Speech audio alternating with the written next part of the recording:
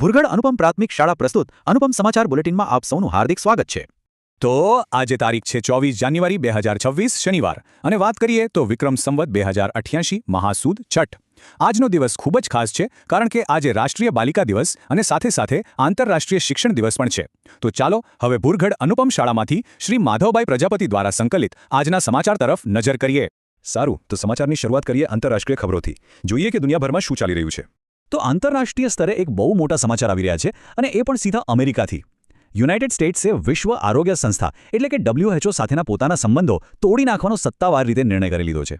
હવે સમજવા જેવી વાત એ છે કે અમેરિકા WHOને સૌથી વધુ ફંડ આપતો દેશ હતો અને હવે એમણે આર્થિક મદદ બંધ કરવાનો નિર્ણય લીધો છે।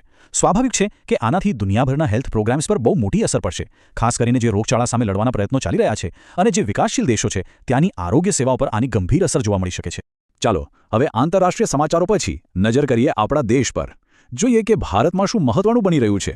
હવે વાત કરીએ દેશની સુરક્ષાની। ભારતે પોતાની સર્વેલન્સ એટલે કે દેખરેખની ક્ષમતા વધારવા માટે એક બહુ મોટો નિર્ણય લીધો છે। ઓપરેશન સિંદૂર વખતે જે કેટલી ખામીઓ સામે આવી હતી એને દૂર કરવા માટે ભારત હવે 50 જેટલા અત્યાધુનિક જાસૂસી સેટેલાઇટ્સ લોન્ચ કરવાની તૈયારીમાં છે। અને આ સેટેલાઇટ્સની ખાસિયત શું છે ખબર છે?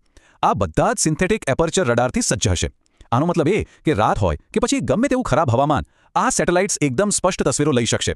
અને એનાથી પણ મોટી વાત એ છે કે આ મિશનમાં ઇસરોની સાથે 3 પ્રાઇવેટ ભારતીય કંપનીઓ પણ સામેલ થશે। કહી શકાય કે આ આત્મનિર્ભર ભારતની દિશામાં એક બહુ મોટું અને મહત્વનું પગલું છે। સ્પેસ સેક્ટરમાં ભારતની આ હરણફાળ અહીં જ નથી અટકતી। હવે આંધ્રપ્રદેશના હોપ આઇલેન્ડ પર એક નવું સ્પેસ પોર્ટ પણ બનાવવામાં આવશે અને આ સ્પેસ પોર્ટ ખાસ કરીને પ્રાઇવેટ કંપનીઓ પોતાના સ્પેસ મિશન લોન્ચ કરી શકે એના માટે હશે। આનાથી ભારતના સ્પેસ સેક્ટરમાં બિઝનેસની નવી તકો ઊભી થશે। સાલો હવે એક અલગ વિષય પર આવીએ। વાત છે દેશની વસ્તી ગણતરીની। સરકારે 2027માં થવાની વસ્તી ગણતરીના પહેલા તબક્કા માટે એક પ્રશ્નાવલી તૈયાર કરી છે જેમાં કુલ 33 સવાલો હશે। તો આ પહેલો તબક્કો 1 એપ્રિલથી શરૂ થઈ રહ્યો છે અને આમાં મુખ્યત્વે 2 કામ થશે। એક તો ઘરોની યાદી બનશે અને બીજું મકાનોની સ્થિતિનું આકલન કરવામાં આવશે। આ બધી જ માહિતી મેળવવા માટે જ લોકોને આ 33 સવાલો પૂછવામાં આવશે।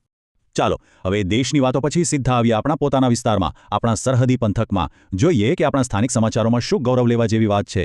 આવનારા 77માં પ્રજાસત્તાક પર્વને લઈને આપણા થરાદ પંથકમાં તો જબરદસ્ત ઉત્સાહનો માહોલ છવાયો છે। ચારે બાજુ ઉજવણીની તૈયારીઓ એકદમ જોશોરથી ચાલી રહી છે અને આ જ ઉજવણીના ભાગરૂપે થરાદની ગાયત્રી વિદ્યાલયમાં એક શાનદાર શસ્ત્ર પ્રદર્શન યોજાયું।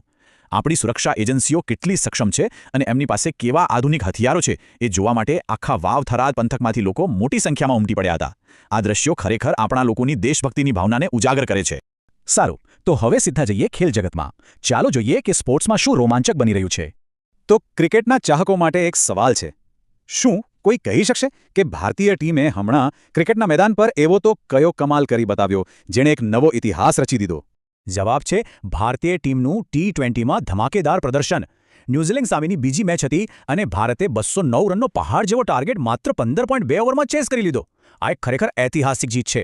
અને હા, આ ખાલી એક જીત નથી, આ એક નવો વર્લ્ડ રેકોર્ડ છે। T20 ક્રિકેટના ઇતિહાસમાં આટલા મોટા સ્કોરને આટલી ઓછી ઓવરમાં કોઈ ટીમે ચેઝ નથી કર્યો। ભારતીય ટીમે સાચે જ કમાલ કરી દીધી। અને હવે આજના બુલેટિનના અંતમાં નજર કરીએ શૈક્ષણિક જગતના સમાચારો પર। આસામથી એક સારા સમાચાર છે। ત્યાંની સરકારે રિસર્ચ અને હાયર એજ્યુકેશનને પ્રોત્સાહન આપવા માટે અટલ વિચાર આગામી આસામ નામની એક સરસ યોજના શરૂ કરી છે। આ યોજનાની ખાસ વાત એ છે કે જે વિદ્યાર્થીઓ રિસર્ચ કરી રહ્યા છે એમને દર મહિને 25,000 રૂપિયાનું સ્ટાઇપેન્ડ મળશે અને જે દિવ્યાંગ સંશોધકો છે એમને તો દર મહિને 40,000 રૂપિયાની આર્થિક સહાય આપવામાં આવશે અને આ યોજના આવતી 11 ફેબ્રુઆરીથી લાગુ પણ થઈ જશે। તો આ હતા આજના મુખ્ય સમાચાર। તો ચાલો વિદ્યાની દેવી માં સરસ્વતીને પ્રાર્થના કરીએ કે આજનો આપણો સૌનો દિવસ મંગલમય અને આનંદદાયી નીવડે। જય હિન્દ।